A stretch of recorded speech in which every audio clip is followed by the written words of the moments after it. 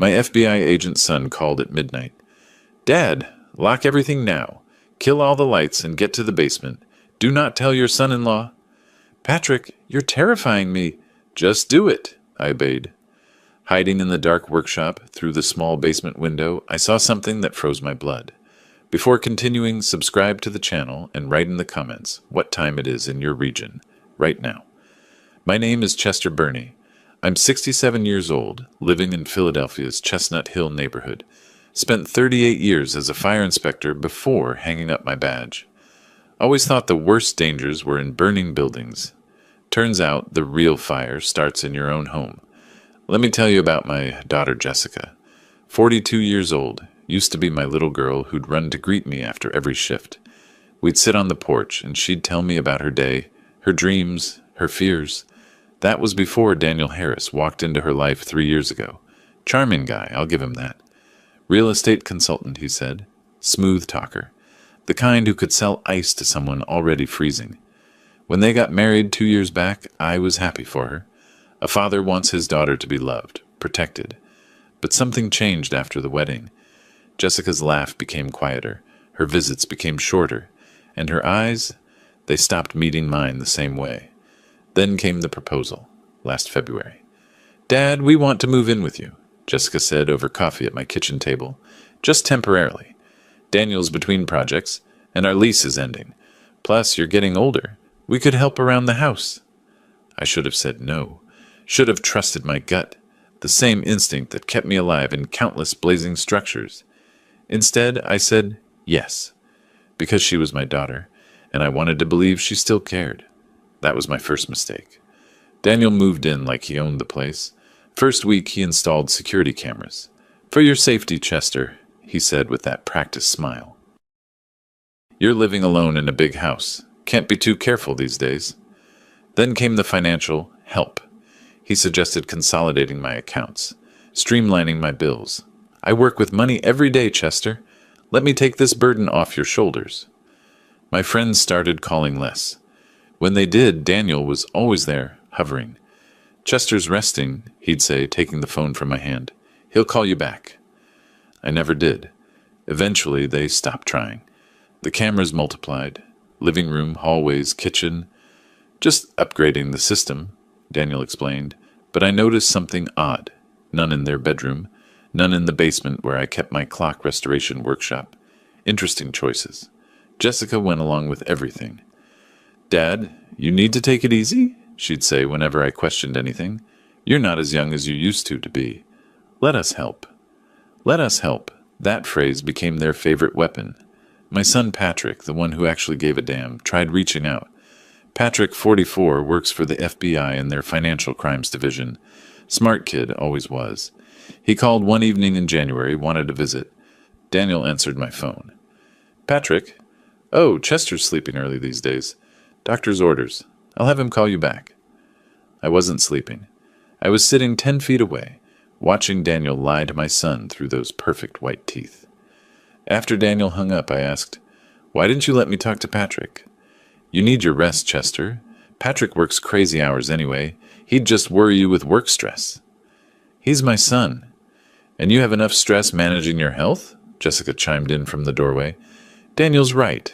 You don't need Patrick's FBI drama in your life." That's when I started noticing the pattern. They weren't helping me. They were isolating me. Every decision went through them. Every phone call filtered through Daniel's control. My own house became a prison with invisible bars. I'm not a fool. 38 years investigating fire scenes teaches you to spot patterns, to see what doesn't fit, and none of this fit. But I played along, acted the grateful father, the doddering old man who needed protection. Because if there's one thing fighting fires taught me, it's patience. You don't rush into a burning building blind. You assess, you plan, then you act. The night everything changed was Valentine's Day. February 14th. The clock on my nightstand read 12:17 a.m. when my phone buzzed. Daniel and Jessica were asleep, or so I thought. I grabbed it quickly, saw Patrick's name on the screen. "Hello?" I whispered. "Dad, listen carefully." Patrick's voice was tight, urgent, not the tone of a casual late-night chat. "Right now, Lock all your doors and windows. Turn off every light in the house. Then go to the basement, your workshop. Don't come out. And Dad, whatever you do, don't tell Daniel I called." My heart hammered. "Patrick, you're scaring me." "Just do it. Please. Trust me." The line went dead. I sat there in the darkness, phone clutched in my shaking hand. Patrick wouldn't call at midnight to play games. Something was wrong. Something was very wrong. I slipped out of bed, moved through my house like a ghost. Every instinct screamed at me to turn on lights, to check on Jessica and Daniel. But I trusted Patrick. After months of isolation, of manipulation, of controlled captivity, my son's voice was the only thing that felt true. I checked the front door, locked. Back door, locked. Windows secure. Then I killed the lights, one by one, until my home sat in complete darkness.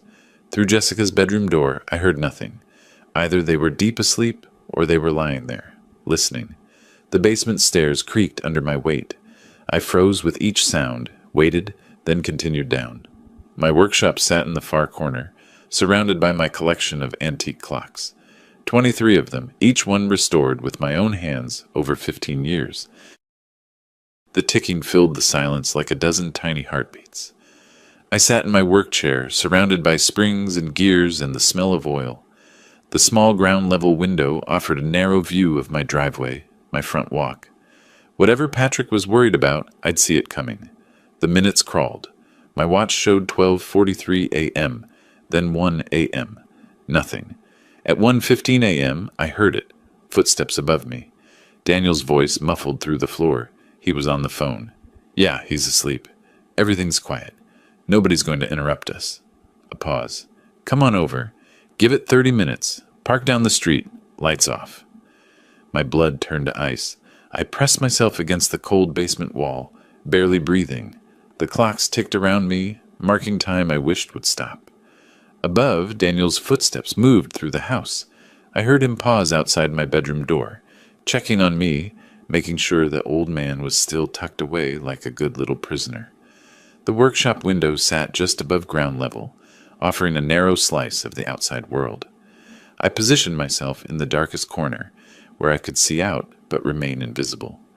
My heart pounded so hard I thought Daniel might hear it through the floorboards. I used to sit in this exact spot with Jessica when she was 8 years old. She'd perch on my workbench, legs swinging, watching me dismantle pocket watches. "How do you know which piece goes where, Daddy?" she'd ask, eyes wide with wonder. "Patience, princess," I'd tell her. "Every piece has its place. You just have to pay attention, learn the patterns." She'd stay for hours, asking questions, handing me tiny screws and springs. Sometimes she'd fall asleep on the old couch I kept down here, and I'd carry her upstairs, tucking her into bed. Those were good days. Days when my daughter loved me, not my bank account. The memory shattered when I saw them. 1:20 a.m. 2 cars rolled up my street, headlights off. They moved like sharks through dark water, smooth, silent, predatory. Both vehicles parked at my curb. 3 men emerged, dressed in dark clothing. No faces visible, no identifying features, just shadows, moving with purpose. Daniel opened my front door before they knocked. Through the narrow window, I watched them file into my home. My home, the place where I'd raised 2 children, where my wife had died peacefully in our bed, where every room held 4 decades of memories. And now these strangers walked through my door like they owned it. I couldn't hear their conversation, but I could see shadows moving across the living room window. Then they disappeared from view, heading deeper into the house, toward my study, toward my safe. My hands clenched into fists. The safe. That's what this was about. But how did Daniel know the combination? I'd never written it down, never told anyone except Jessica, last year, when she'd moved in. "Dad, what if something happens to you? What if there's an emergency and we need important documents?" So reasonable, so concerned, so convincing. I'd given her the combination. 6 numbers I'd used for 20 years. The month and day my wife and I got married. I'd handed my daughter the keys to everything, and she'd delivered them straight to this snake she'd married. The weight felt eternal. My legs cramped. My back ached. But I didn't move, couldn't move. because if they knew I was awake, if they suspected I'd seen anything, I didn't know what would happen. I thought about the other times I'd trusted the wrong people. In my second year as a fire inspector, I'd cleared a warehouse that my gut told me was suspicious. 2 weeks later, it burned down in an obvious arson for insurance scheme. The owner had smiled at me, shaken my hand, looked me right in the eyes, and lied. I'd been younger then, more naive. I learned from that mistake. Clearly, I hadn't learned enough. At 1:47 a.m., they emerged. I pressed closer to the window, straining to see. One of the men carried a manila envelope, thick, full. Daniel held something else, smaller. They spoke briefly at the door, some kind of exchange. The man handed Daniel a white envelope. Payment, instructions, proof of betrayal in crisp bills. Then they were gone. Cars started, still no headlights, and melted back into the night. I waited, counted to 200, listened to Daniel's footsteps overhead as he moved through the house, checking windows, resetting locks, playing the concerned son-in-law, protecting dear old Chester from the dangerous world outside. Eventually, his footsteps retreated to Jessica's bedroom. The door closed. Silence fell, broken only by my clocks and my ragged breathing. I sat in that basement until dawn broke, watching the sky change from black to gray to pale blue, thinking, planning, remembering. Jessica at 10, bringing me burnt pancakes on Father's Day, so proud of herself. Jessica at 16, crying on this very couch after her first heartbreak, while I held her and promised everything would be okay. Jessica at 25, at her mother's funeral, gripping my hand so tight I thought she'd break my fingers. When did that girl disappear? When did she transform into someone who'd betray her own father? Or had she always been capable of this, and I'd just refused to see it? The hardest truth hit me like a falling beam. Maybe she hadn't changed at all. Maybe I'd just loved her too much to notice what she really was. Around 6 a.m., I heard movement upstairs. Normal morning sounds. Water running, coffee brewing. The performance of normalcy resuming right on schedule. I climbed the basement stairs slowly, every joint protesting. Made my way to my study. The safe sat behind a painting of a lighthouse, my wife's favorite. My hands shook as I spun the combination. Inside, chaos. Documents scattered, obviously rifled through hastily. And the important ones? Gone. The deed to my house. My will. Several financial documents. All the originals. Gone. Dad? You're up early. I nearly jumped out of my skin. Jessica stood in the doorway wearing her bathrobe, coffee mug in hand, concerned daughter face firmly in place. Couldn't sleep, I managed. Thought I'd check on some paperwork. At 6 a.m.? She moved closer and I instinctively closed the safe. Everything okay? Fine, just restless. You should get more rest. That phrase again. Daniel's making breakfast. Come eat something. I followed her to the kitchen, playing my role. The doddering father. The man too old and confused to notice what was happening under his own roof. Daniel stood at the stove, flipping pancakes. Morning, Chester. How'd you sleep? Like a baby, I lied, accepting a plate of food I had no intention of eating. They chatted about their day ahead. Jessica had appointments at the salon where she worked as a manager. Daniel had client meetings, probably other people to rob blind.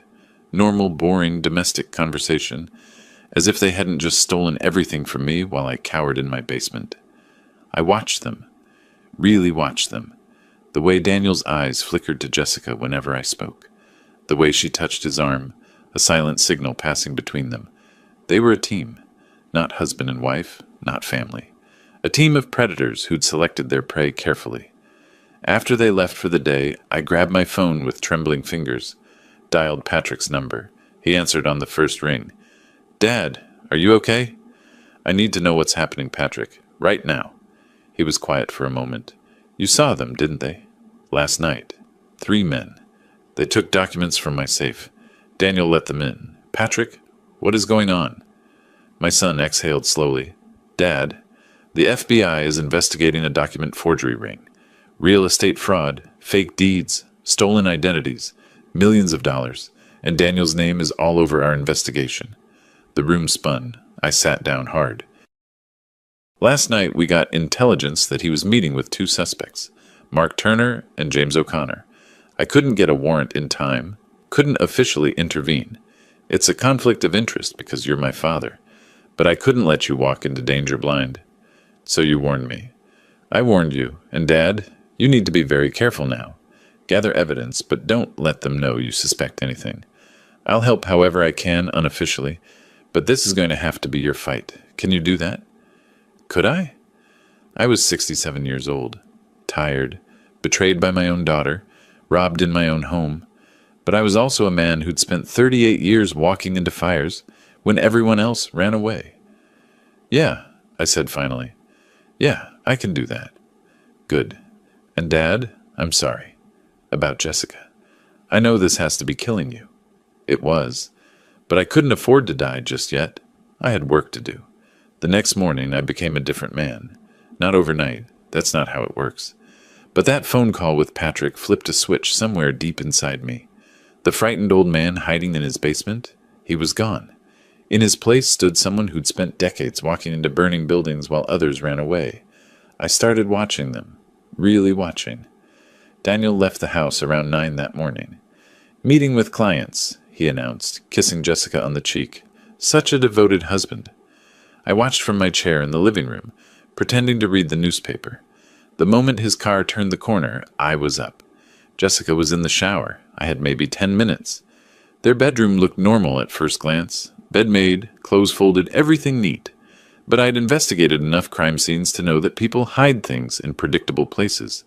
Under the mattress, nothing. Dresser drawers, clothes, some jewelry. Then I checked the closet. Behind a stack of Daniel's dress shirts, tucked into a shoebox. Documents. Copies of bank statements. Not mine, someone else's. 3 different people, actually. All with significant balances. All with notes in Daniel's handwriting. Good candidate. An easy mark. I photographed everything with my phone, hands steady despite my racing heart. Put it all back exactly as I'd found it. By the time Jessica finished her shower, I was back in my chair, newspaper in hand. Just another boring Tuesday morning. Want more coffee, Dad? She asked, walking past me to the kitchen. No thanks, sweetheart. Sweetheart. The word tasted like ash in my mouth, but I smiled, played my role. Over the next week, I cataloged everything. Daniel's patterns were predictable once you knew what to look for. Every Wednesday, he'd spend 2 hours in my study, with the door closed, making phone calls. Every Friday, he'd take out the trash personally. Never let me do it, controlling even the garbage, probably destroying evidence. So I started getting up before dawn on Fridays, checking the trash before he took it out. That's how I found the draft document that changed everything. It was crumpled at the bottom of the kitchen trash, coffee grounds staining one corner. A legal petition. I smoothed it out on my workbench, reading by the light of my desk lamp. Petition for determination of incapacity and appointment of guardian. My name was on it. Chester Burney, age 67. The petition claimed I was suffering from dementia, unable to manage my own affairs, a danger to myself. It requested that Daniel Harris and Jessica Burney Harris be appointed as my legal guardians, with full control over my finances, property, and medical decisions. I read it 3 times. Each time, my anger burned hotter. The document was dated but not yet filed.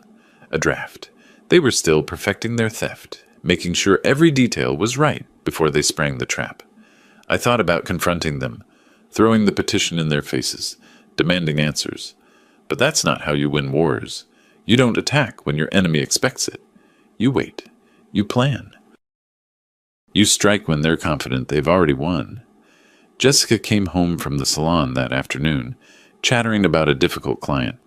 I listened, nodded, made sympathetic sounds, all the while thinking about that petition hidden in my workshop safe. You seem quiet today, Dad, she said over dinner. Everything okay? Just tired, honey. Getting old, I guess. Daniel snorted. Aren't we all? Speaking of which, Chester, I've been meaning to talk to you about your medications. I think we should schedule an appointment with your doctor. Make sure everything's optimized for someone your age. Someone your age. As if 67 meant I had 1 foot in the grave. My doctor says I'm healthy as a horse. Sure. But a second opinion never hurts. I know a specialist. Dr. Morrison. Very experienced with geriatric patients. I bet he did. Probably the same doctor who'd sign off on their incompetency claim. I'll think about it, I said. After dinner, I retreated to my workshop, sat among my clocks, listening to their ticking. Time passing, time running out. But not for me, for them. I pulled out my phone and searched for family law attorneys in Philadelphia. Found one with excellent reviews. Margaret Fisher, specializing in elder rights and guardianship abuse. Her website showed a stern-faced woman in her 50s, with the kind of eyes that said she'd seen every scam in the book.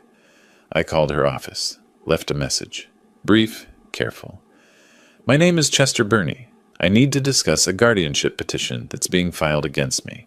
It's fraudulent. Please call back. That night, Daniel and Jessica sat in the living room, talking in low voices. I stayed in my bedroom. Door cracked open an inch. Their voices carried. How much longer? Jessica asked. Another month or two, Daniel replied. I've got Morrison lined up. He'll do the evaluation, sign off that Chester's incompetent. Then we file. Once we're appointed guardians, we sell the house, liquidate everything. And the documents you gave those guys, that's separate income. 50 grand once they create the forgeries. Nice bonus. Jessica laughed, actually laughed. Dad has no idea. He's too trusting, too old. Thinks we're taking care of him. My hands clenched the bed frame. Too trusting, too old. 50 years of my life dismissed with two phrases. I'd spent decades analyzing fire patterns, determining origins, reconstructing events from charred remains. This was no different, except instead of investigating after the fire, I was standing inside it, mapping the accelerants before anyone struck the match. The next day, Margaret Fisher called back. Her voice was crisp, professional. Mr. Burney, I got your message. Can you come to my office this afternoon? I have an opening at 3. Yes, I said. Yes, I can. Daniel was out. Jessica was at work. I took the bus downtown. Didn't want to ask for a ride. Didn't want questions. Margaret Fisher's office occupied the 15th floor of a Center City high-rise. Through the windows, you could see the whole city spread out like a map. She listened to my story without interrupting. When I finished, she sat back in her chair, fingers steepled. Mr. Burney, you're in a serious situation, but you're also lucky. Lucky? You found out before they filed. That gives us time. Most people don't realize what's happening until they're already in court, already losing. She pulled out a legal pad. Here's what we're going to do.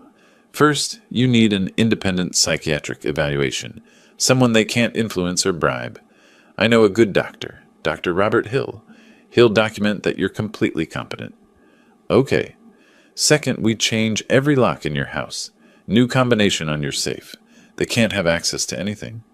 They'll notice. Let them notice. By the time they figure out what's happening, it'll be too late. She smiled grimly. Third, we draft new legal documents. A new will, revoking any previous powers of attorney, and we prepare a countersuit for financial exploitation. I listened to her plan, feeling something I hadn't felt in months. Hope. One more thing, Margaret said. I need you to gather evidence. Record their conversations if you can. Document everything.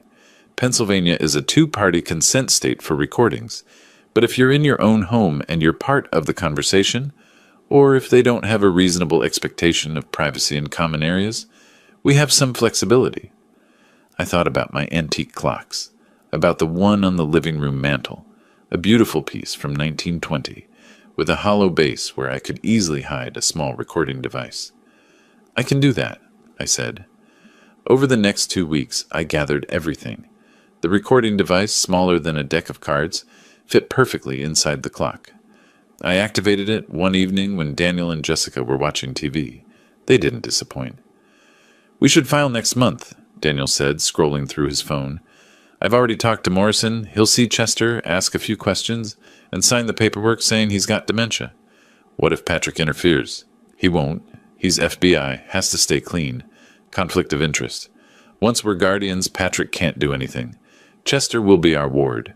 We'll control everything. Jessica sighed. I feel bad sometimes. He's my father. He's old, Jess. He doesn't need all this money sitting around. Better we use it now, while we can enjoy it.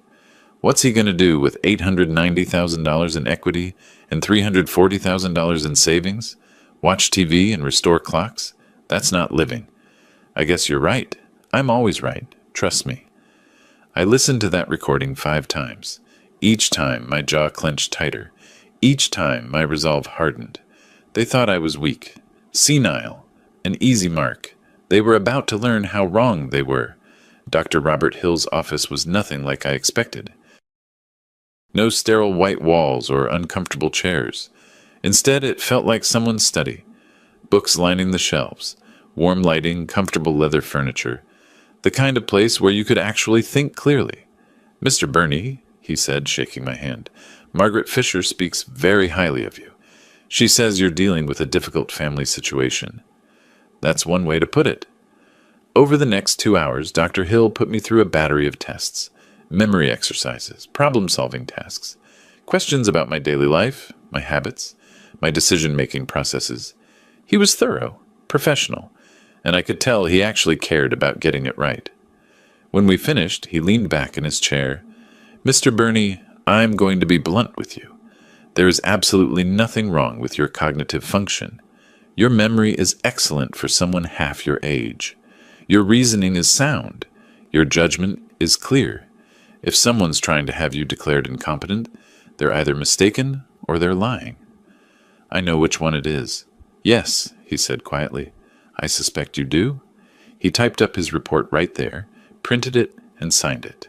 "This should give you the ammunition you need. If they try to pursue guardianship, this evaluation will shut them down." I tucked the report into my jacket. "Thank you, Dr. Hill. Take care of yourself, Mr. Burney. And if you need anything else, another evaluation, testimony, whatever, call me." The locksmith came the next day. I'd told Daniel and Jessica I'd be out all afternoon. A lie, but they didn't question it. Instead, I waited until they left for work, then had every lock in the house changed.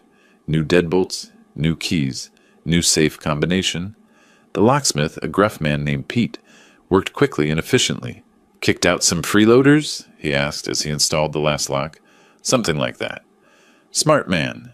Never let people take advantage, even if they're family. Especially if they're family." After he left, I walked through my house, testing each lock. For the first time in months, I felt like I owned my own home again. They could live here, sure, but they didn't control it anymore. Margaret Fisher worked fast. Within a week, she'd prepared a stack of documents 6 inches thick. New will, Jessica got exactly what Pennsylvania law required she inherit, not a penny more. Revocation of all previous powers of attorney, a living trust protecting my assets, and the piece de resistance, a preliminary injunction preventing anyone from accessing my financial accounts without my explicit in-person authorization. "We'll file this quietly," Margaret explained. "They won't know until they try something and get shut down." "What about their petition? If they file it, we'll be ready. We have Dr. Hill's evaluation, evidence of their financial exploitation, and testimony from you about their isolation tactics. Any judge will see through it immediately." I sat in her office, surrounded by legal documents that protected everything I'd built over a lifetime. It felt like putting on armor. "There's one more thing," I said. I pulled out my phone, played the recording of Daniel and Jessica discussing their plan. Margaret listened, her expression darkening. When it finished, she was quiet for a long moment. "Mr. Burney, this is evidence of fraud and financial exploitation. With your permission, I'd like to contact Adult Protective Services. They need to know about this." "Not yet," I said. "I want to see their faces when they realize what's happened, when they understand they've lost." She studied me. "You're angrier than you let on. I'm a father whose daughter is trying to rob him blind. Wouldn't you be?" "Yes," she admitted, "but anger is dangerous. It makes us reckless." "I'm not being reckless. I'm being methodical. I spent 38 years investigating fires. This is no different. I'm just building my case before the flames catch." 3 weeks after my midnight phone call from Patrick, I was ready. The bank had frozen all joint accounts, requiring my in-person authorization for any transactions. My new will was filed. My psychiatric evaluation was sealed and notarized. Margaret Fisher had my countersuit prepared, ready to file the moment Daniel and Jessica made their move. All I had to do was wait. They noticed the bank thing first. Jessica came home one afternoon furious. "Dad, there's something wrong with our account. The bank says they need you to come in person to authorize any withdrawals. I looked up from my newspaper. Oh, must be a security thing. Identity theft is so common these days. But I need to transfer money for the salon lease. I'll go with you tomorrow. Can't you just call them? Bank policy, I said with a shrug. Has to be in person. I didn't go with her, of course. Let her make the trip herself. Let her sit in that bank office and be told that Chester Burney had placed restrictions on all accounts, and only Chester Burney could authorize changes. Let her feel a tiny fraction of the helplessness she'd been inflicting on me. Daniel tried calling my doctor's office, trying to schedule that appointment with Dr. Morrison, but I'd already spoken to my regular physician, Dr. Chang, and explained the situation. When Daniel called, he was politely informed that any medical appointments for Mr. Burney needed to be scheduled by Mr. Burney himself. I watched the frustration build. They couldn't access my money, couldn't control my medical care, couldn't understand what was happening. One evening, I came home from my workshop to find them in the living room, arguing in hushed tones. They stopped when they saw me. Everything okay? I asked innocently. Fine, Daniel said through clenched teeth. Just fine. But it wasn't fine. I could see it in the way his jaw worked, the way Jessica's hands trembled slightly. They were losing control, and they knew it. They just didn't understand how or why. Patrick called me again late one night. Dad, how are you holding up? Better than expected. I've got a lawyer, a good one. Margaret Fisher. You know her? By reputation, she's fierce. If anyone can protect you, it's her. He paused. Dad, I need to tell you something. We're close to making arrests in the forgery case. Daniel's name is all over it. When we move, it's going to be public. Loud. Are you prepared for that? Was I? My daughter's husband arrested by the FBI. The scandal. The shame. Yes, I said. I'm prepared. And Jessica? Have you thought about what happens to her? I had. Late at night, lying in bed, staring at the ceiling. I'd thought about my little girl, the one who used to bring me burnt pancakes on Father's Day, the one who cried in my arms after her first heartbreak. She made her choice, I said finally. I can't save her from the consequences. I'm sorry, Dad. Me too. After we hung up, I sat in my workshop, surrounded by the ticking of my clocks. Each one I'd restored piece by piece, bringing them back to life from broken, forgotten things. Some people can be restored too, given enough time, enough care, enough patience, but some people don't want to be restored. They want to burn everything down and warm themselves on the flames. I looked at the clock on my workbench, the one containing the recording device. It had captured everything I needed. Daniel and Jessica plotting, laughing about my ignorance, planning to steal everything I'd worked for. The next morning, I walked into the kitchen where they were having coffee, looked at both of them. Really looked. I'm going out this morning, I said. Lawyer's appointment. Daniel's head snapped up. Lawyer? What for? Estate planning. At my age, it's important to have everything in order. Dad, we've been meaning to talk to you about that, Jessica started. I know exactly what you've been meaning to talk to me about. I kept my voice calm even. I found your draft petition, the one where you declare me incompetent. The color drained from Jessica's face. Daniel stood up slowly. Chester, I can explain. I'm sure you can. You're very good at explaining things. Very convincing. I smiled. It probably didn't look friendly. But here's the thing. I'm not the confused old man you think I am. I'm not the easy mark you planned for. And in about 3 minutes, I'm walking out that door. When I come back, I expect you both to be gone. You can't, Daniel started. This is my house. My name is on the deed, the original one before you stole it. My locks have been changed. My accounts are protected. And if you're not gone by the time I get back, I'll have the police remove you. Jessica's eyes filled with tears. Daddy, please. Don't. The word came out sharp. You don't get to call me that anymore. You lost that right when you decided I was worth more to you, dead than alive. I walked out, leaving them in stunned silence. And that's when I understood exactly how to repay them. Not with anger, not with revenge, but with something much simpler.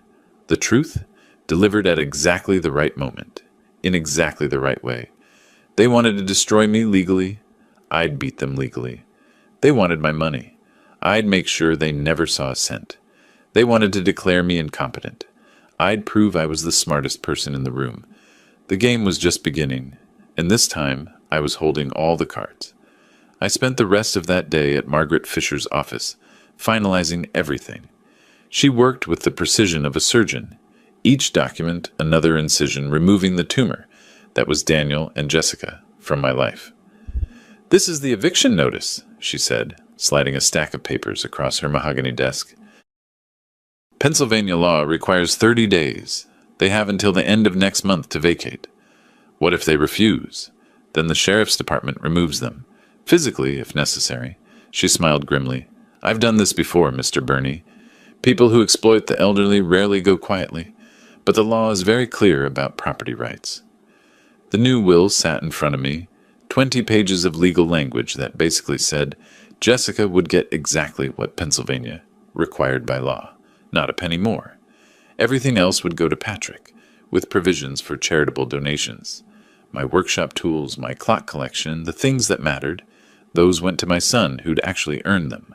Sign here, initial here, and here. Margaret pointed to yellow tabs marking each signature line. My hand was steady. Funny how calm I felt, considering I was essentially cutting my daughter out of my life. But then again, she'd cut me out first. I was just making it official. "There's one more thing," I said. "I want to file a complaint with Adult Protective Services. Document everything they've done."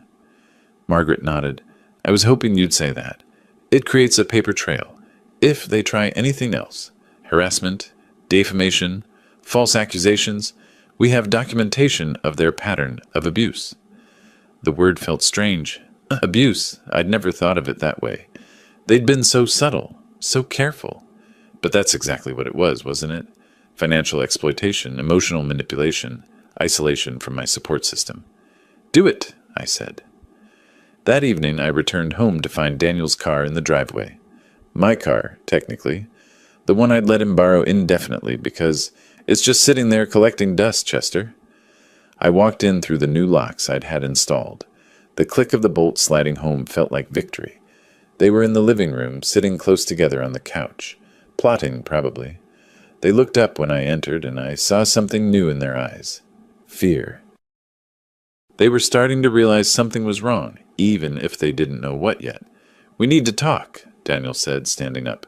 "About this morning. You were upset. I wasn't upset. I was clear. You both need to leave my house." "Dad, please." Jessica's voice cracked. "Can we just discuss this like adults?" Adults don't steal from their parents. Adults don't plot to have their father declared incompetent so they can rob him blind. I kept my voice level, calm. "You want to talk like adults? Fine. I know about the petition. I know about your plan with Dr. Morrison. I know about the documents Daniel gave to his criminal friends." Daniel's face went pale. "I don't know what you're talking about." "Save it. I have recordings. I have evidence. And in about 2 weeks, you're both going to receive some very interesting legal documents." I walked past them toward my workshop. I'd start looking for a new place to live if I were you. "You can't just kick us out." Daniel's voice rose. "We have rights." I turned back. "No, Daniel. You have 30 days. That's what Pennsylvania law gives you. After that, you have nothing." His hands clenched into fists. For a moment, I thought he might actually try to hit me. Part of me almost hoped he would. Assault would make Margaret's job even easier. But Jessica put her hand on his arm. "Daniel, don't." "Your daughter's smarter than you," I said. "She knows when to quit." I went down to my workshop, locked the door behind me, and sat among my clocks. They ticked steadily, marking time. In 30 days, this house would be mine again. Really mine. Not a prison where I was slowly suffocated by my own kindness. My phone buzzed. "Patrick, how'd it go?" he asked. "Documents are filed. Locks are changed. They know something's wrong, but not exactly what." "Good. Dad, I need to tell you something. We're moving on Daniel soon. Maybe a week, 2 at most. The investigation's almost complete." "Will Jessica be charged?" Silence. Then, "We don't think so. She's involved in the guardianship scheme, but the document forgery is all Daniel. We can prove he stole from you, gave documents to Turner and O'Connor. Jessica's connection is more circumstantial." I wasn't sure if I felt relieved or disappointed. "So she gets away with it." Legally, maybe. But Dad, she's about to lose everything. Her husband goes to prison. She loses her home. Her father cuts her off. That's not exactly getting away with it. He was right. And somehow that felt worse than if she'd been arrested. She'd have to live with what she'd done. Watch it all fall apart, knowing she'd chosen this. Thanks, Patrick. Hey, Dad, I'm proud of you. Not many people your age would fight back like this. Your age. Everyone kept saying that, like being 67 meant I was already half dead. I'd run into burning buildings at 67. I'd climbed 3-story ladders at 65. Age was just a number until people decided to use it against you. The next few days were tense. Daniel and Jessica barely spoke to me. They'd have whispered conversations that stopped when I entered a room. I watched them panic slowly, like water coming to a boil. Jessica tried one more time. She knocked on my workshop door late one evening. Dad, can I come in? Doors open. She stepped inside, looking around at my clocks, like she was seeing them for the first time. I remember watching you work on these when I was little. You'd let me hand you tools, explain how each piece fit together. You were a good helper? Was I? She sat on the old couch. What happened to us, Dad? When did everything go wrong? I set down the pocket watch I'd been cleaning. You tell me, Jessica. When did you decide I was worth more to you as a legal ward than as a father? She flinched. Daniel said it would be easier this way, that you'd be taken care of, but we could manage things for you. Keep the house in the family. By declaring me incompetent? He said it was just paperwork, that nothing would really change. And you believed him? Smart, college-educated woman like you? I shook my head. Or did you just want to believe him because it meant getting what you wanted without feeling guilty? Tears rolled down her cheeks. I don't know anymore. I don't know what I was thinking. That's the problem, Jessica. You weren't thinking. Or maybe you were thinking too much about money and not enough about what it would cost you. She wiped her eyes. Is there any way to fix this? Can we start over? No, I said simply. We can't. Trust doesn't grow back once you burn it down. She left without another word. 3 days later, the papers arrived. I wasn't home when the sheriff's deputy delivered them. I'd planned it that way, spent the afternoon at the library, then grabbed coffee at a small shop on Germantown Avenue. Let them receive those documents without me there to watch. Sometimes the aftermath is sweeter than the moment itself. When I returned around 5, both cars were still in the driveway. I walked in to find Jessica sitting at the kitchen table, papers spread in front of her, face buried in her hands. Daniel stood by the window, the eviction notice crumpled in his fist. They didn't hear me come in at first. I stood in the doorway, watching. This was it.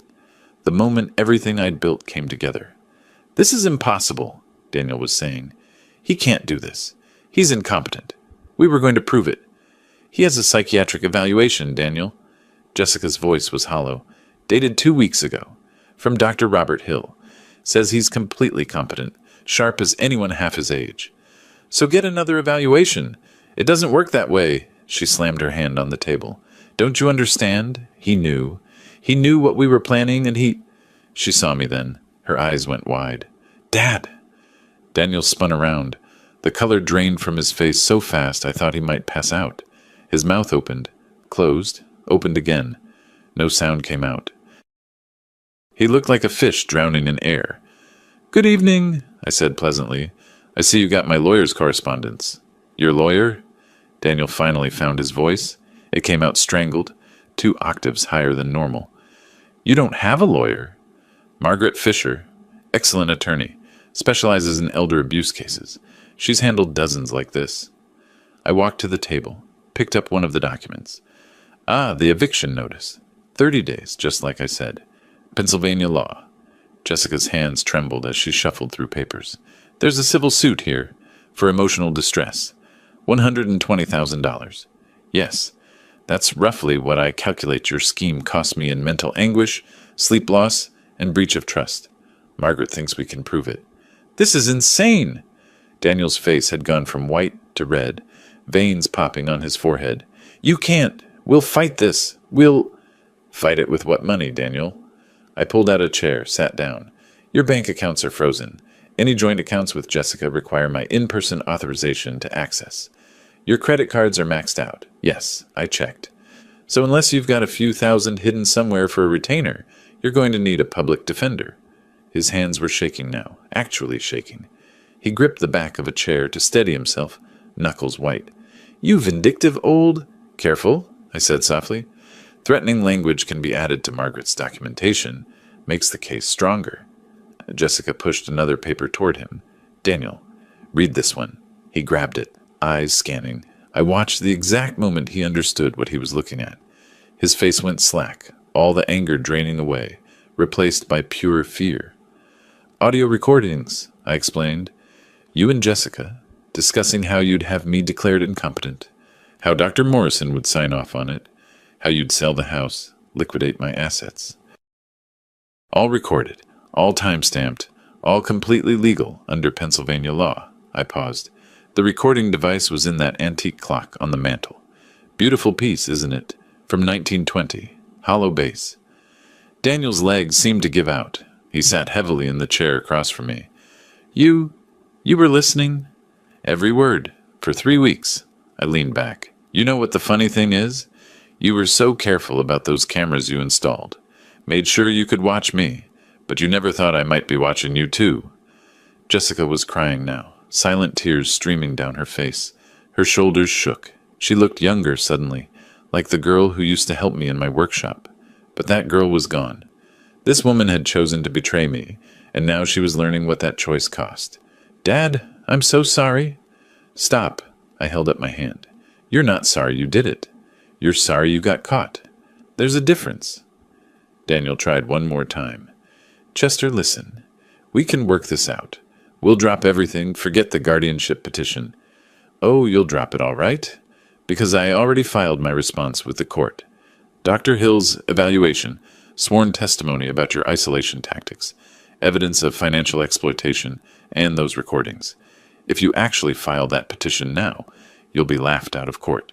Worse, you'll give me more ammunition for the civil suit. We'll move out, Jessica said desperately. Today. Right now. Just drop the lawsuit, please. No. The word came out hard. You get 30 days because that's what the law requires, and the lawsuit stands. You wanted to steal everything from me. Now you'll pay for trying? Daniel stood up so fast his chair fell backward. This isn't over, old man. You think you're so smart, but you have no idea who you're... Careful, Daniel. I stayed seated, calm. Because there's one more thing you should know. My son Patrick, the one you worked so hard to keep away from me, he's FBI, works in financial crimes. And it turns out he's very interested in your real estate consulting business. Something about forged documents. The color vanished from his face again. This time his legs actually buckled. He caught himself on the table, breathing hard. That's right. Those men who visited the night of February 14th, Mark Turner and James O'Connor, the FBI knows all about them, and they know about what you gave them. Stolen property documents from my safe. Federal offense, Daniel. Grand theft, conspiracy to commit fraud, and about 6 other charges I can't remember. Jessica looked at Daniel, real fear blooming in her eyes. What is he talking about? What documents? Who are Turner and O'Connor? Daniel's mouth worked, but nothing came out. Your husband runs a document forgery ring, I said flatly. He's been stealing deed originals, having them forged, selling them to criminals who use them to steal people's homes. My documents were supposed to be part of that. Unfortunately for him, Patrick had the house under surveillance that night. You're lying, Jessica whispered, but she was looking at Daniel, searching his face. Tell him he's lying, Daniel. Daniel said nothing. He just stood there, swaying slightly, looking like a man watching his whole world collapse. Get out, I said quietly. Both of you. Go to your room, pack what you need for tonight, and get out of my sight. You can come back for the rest later, during daylight hours when I'm not home. You said we had 30 days, Daniel started. That's legally. What I'm telling you now is practically, get out. They went. Upstairs, moving like zombies, shell-shocked and broken. I heard drawers opening, closets sliding, the sounds of rapid packing. 30 minutes later, they came down with suitcases, not looking at me. At the door, Jessica turned back one last time. Dad, go, Jessica. She did. I locked the door behind them. New locks, new keys, new life. stood in the sudden silence of my house. My house. Not a prison anymore, not a trap, just a house, waiting for me to decide what came next. The clocks in my workshop chimed 6 o'clock, right on time. Everything was right, on time. I called Patrick. "They know," I said. "Everything." "How'd they take it?" I thought about Daniel's face, that progression from shock to fear to absolute despair. About Jessica's tears, her trembling hands, the way she'd looked at her husband with dawning horror. "About as well as you'd expect," I said. "When are you moving on, Daniel?" "Soon, maybe a week. We need to coordinate with local police, get everything lined up." "He'll run." "Let him try. We're watching him. Has been since that night in February." After we hung up, I went down to my workshop, sat in my chair, surrounded by the steady ticking of my clocks. Each one I'd restored from broken pieces, brought back to life through patience and care. Some things could be restored. Others just needed to be thrown away. I picked up my current project, a pocket watch from 1895. Beautiful piece, but the spring had snapped. I had a replacement ordered due to arrive any day now. Fix what could be fixed. Replace what couldn't. Move forward. It was the only way to survive. The courtroom smelled like old wood and nervous sweat. I'd been in courthouses before, testifying as a fire inspector, but never as the defendant in someone's scheme to rob me of my independence. The hearing was set for a Thursday morning, 2 weeks after I'd kicked them out. Margaret Fisher sat beside me at the defense table, crisp and professional in her navy suit. Across the aisle, Daniel and Jessica huddled with their public defender, a young man who looked fresh out of law school and way over his head. Judge Sandra Morrison, no relation to the corrupt Dr. Morrison, who was supposed to certify me incompetent, presided over the proceedings. She was in her 60s, silver-haired, with the kind of sharp eyes that missed nothing. "This is a petition for determination of incapacity," she began reading from the file. "Mr. Harris and Mrs. Harris Burney are requesting to be appointed guardians of Mr. Chester Burney, claiming he is unable to manage his own affairs due to cognitive decline." Their lawyer stood. "Your Honor, we have witnesses who can attest to Mr. Burney's deteriorating condition, concerning behavior, memory lapses, poor judgment." "I'm sure you do," Judge Morrison said dryly. "Ms. Fisher, I see you filed a response." Margaret stood, and I swear the temperature in the room dropped 5 degrees. "Yes, Your Honor. A comprehensive response that includes independent psychiatric evaluation, audio evidence of fraud, and testimony regarding the petitioner's true motivations." Daniel's face went pale. He whispered urgently to his lawyer, who looked increasingly uncomfortable. "Let's hear the petitioner's evidence first," the judge said. They called 3 witnesses. Mrs. Henderson from 2 doors down, who claimed I'd been wandering the neighborhood confused. Mr. Patel from the corner store, who said I'd forgotten how to work the credit card machine.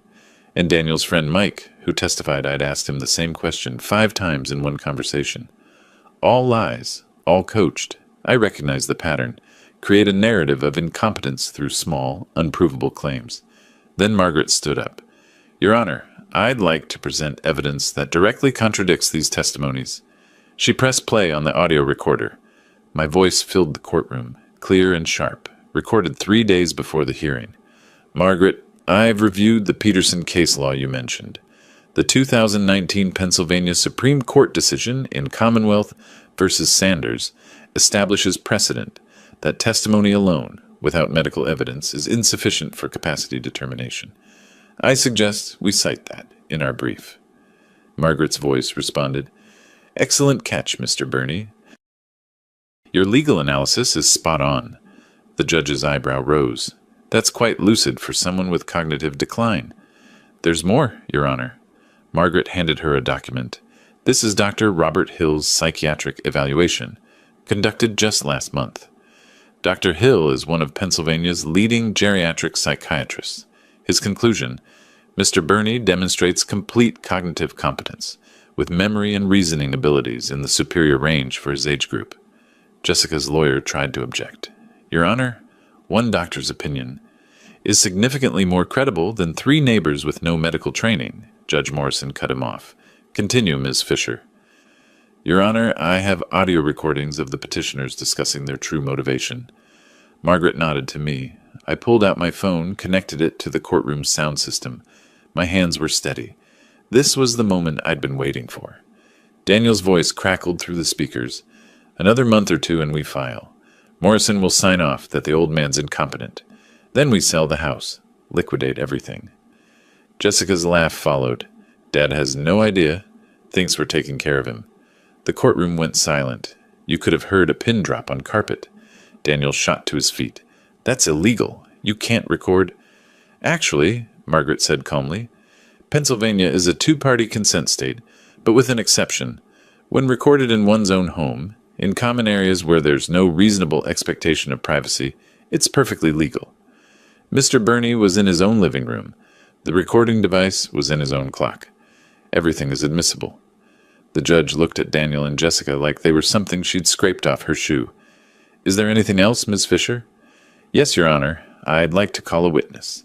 Special Agent Patrick Burney of the Federal Bureau of Investigation. The courtroom doors opened. Patrick walked in wearing his FBI credentials and a dark suit. He looked every inch the federal agent he was. I felt a surge of pride watching my son stride to the witness stand. After being sworn in, Margaret asked him directly, Agent Burney, can you explain your relationship to this case? Chester Burney is my father, Patrick said clearly, and Daniel Harris is a subject in an ongoing FBI investigation into a real estate document forgery ring. The public defender jumped up. Objection! This is beyond the scope. Overruled, Judge Morrison said sharply. I want to hear this. Continue, Agent Burney. Patrick pulled out a folder. On the night of February 14th of this year, Daniel Harris met with two suspects in our investigation, Mark Turner and James O'Connor. During this meeting, which took place at my father's residence, Mr. Harris provided them with original property documents stolen from my father's safe. These documents were intended for use in creating forged deeds. I watched Daniel's face cycle through emotions. Shock, fear, rage, then something like resignation. He knew it was over. Jessica just stared at Patrick, mouth open, probably only now understanding exactly what her husband had been doing.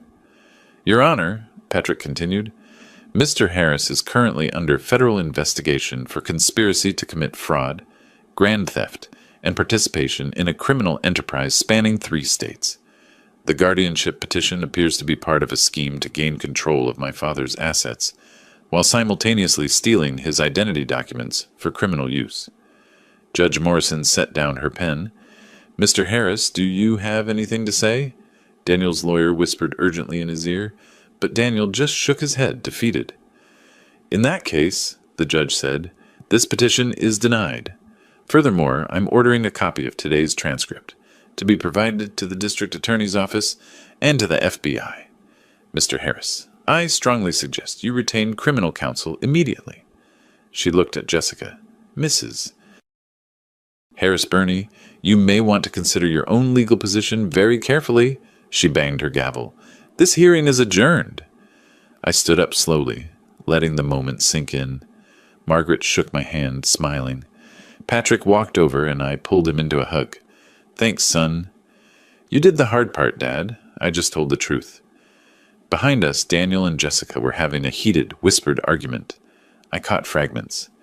You said it was just paperwork, federal investigation. You lied to me. I turned to look at them one last time. Daniel met my eyes, and I saw something I'd never expected. Fear. Real, genuine fear. Good. They left through the back exit, probably to avoid reporters. Margaret gathered her files. What happens now? I asked. Now? You go home. Live your life. Let the FBI handle Daniel, and let the civil suit work its way through the system. She smiled. You won, Mr. Burney. Completely and totally. But as I walked out of that courthouse into the bright spring sunshine, I knew the real battle was just beginning. 2 weeks later, they came for Daniel at dawn. I wasn't there to see it. Patrick told me about it later, but I imagined it clearly. The unmarked cars pulling up, FBI agents in windbreakers, the knock on the door at the cheap motel where Daniel had been staying since I kicked them out. Daniel Harris, you're under arrest for conspiracy to commit fraud, grand theft, and participation in a criminal enterprise. The bail hearing happened that afternoon. Patrick called me from the courthouse. Bail set at $250,000, he said. He can't make it. He'll stay in custody until trial. And Jessica? Not charged. Yet. We don't have enough evidence that she knew about the forgery ring. The guardianship scheme is a civil matter, not criminal. I sat in my workshop, phone pressed to my ear, surrounded by the ticking of my clocks. Part of me felt relief that Jessica wasn't facing federal charges. Part of me felt something darker, disappointment that she'd get away with trying to rob me. She's still facing the civil suit, Patrick reminded me. That's not nothing. True, the $120,000 lawsuit for financial exploitation and emotional distress was moving forward. Margaret said we had a strong case. The next day, Jessica showed up at my door. I saw her through the window, standing on my porch, looking small and lost. She'd aged 10 years in 2 weeks. Dark circles under her eyes. Clothes that didn't quite fit right, probably borrowed from whatever friend was letting her crash on their couch. I almost didn't answer. Almost let her stand there until she gave up and left. But I opened the door. "Dad," she said, voice cracking. "Please, I need to talk to you." "About what? How you tried to have me declared incompetent? How you planned to steal my house? Or maybe about how your husband is a federal criminal and you helped him?" Tears spilled down her cheeks. "I didn't know about the forgery. I swear I didn't know." "But you knew about the guardianship plan. You laughed about it. I heard you." I know. She wrapped her arms around herself. "Dad, I'm so sorry.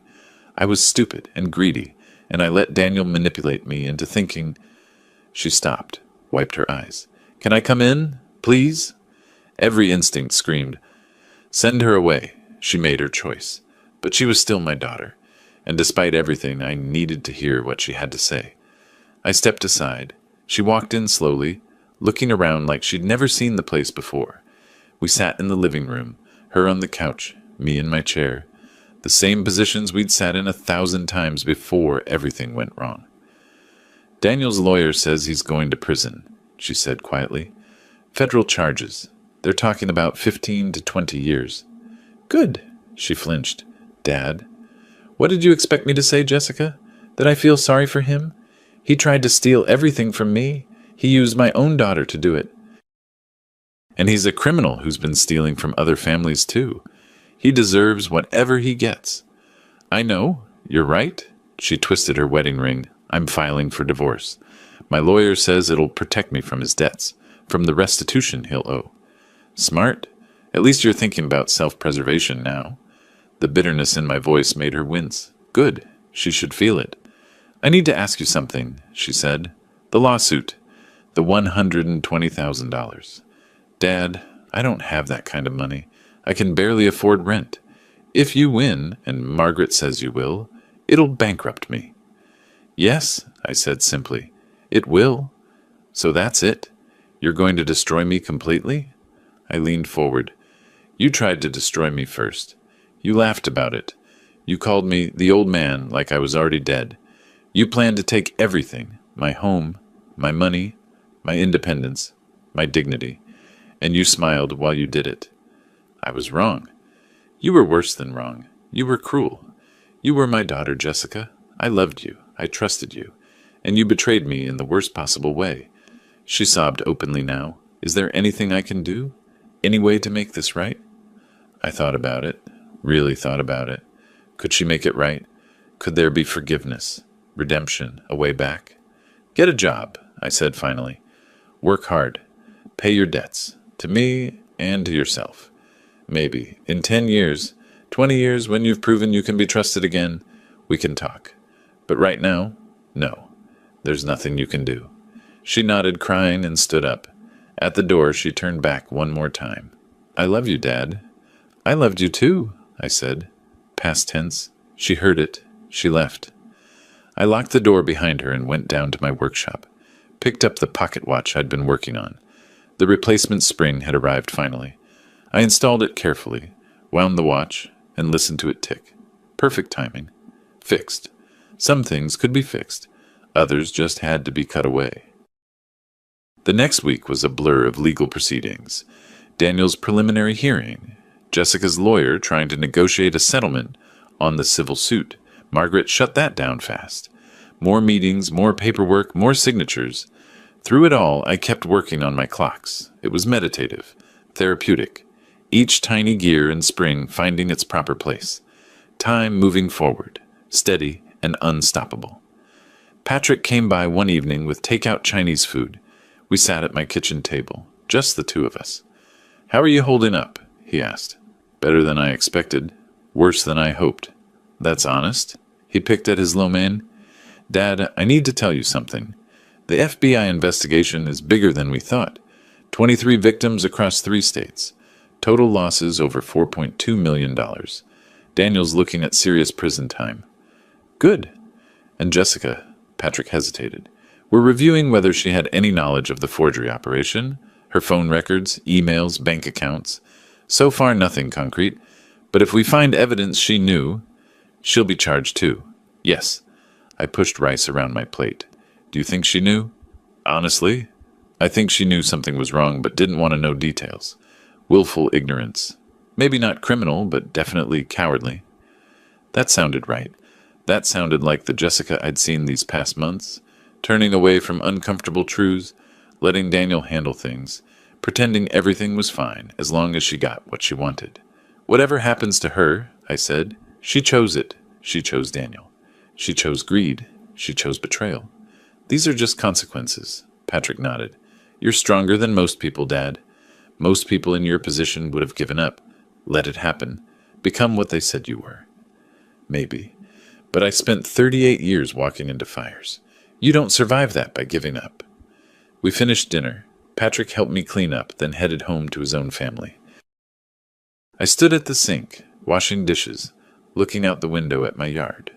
My house, my life, still mine. The clocks in my workshop chimed 9. I went downstairs, turned on my desk lamp, and got back to work. I had a beautiful 1895 pocket watch that needed its case polished. After that, a mantel clock from the 1920s that needed a new escapement. Time kept moving. I kept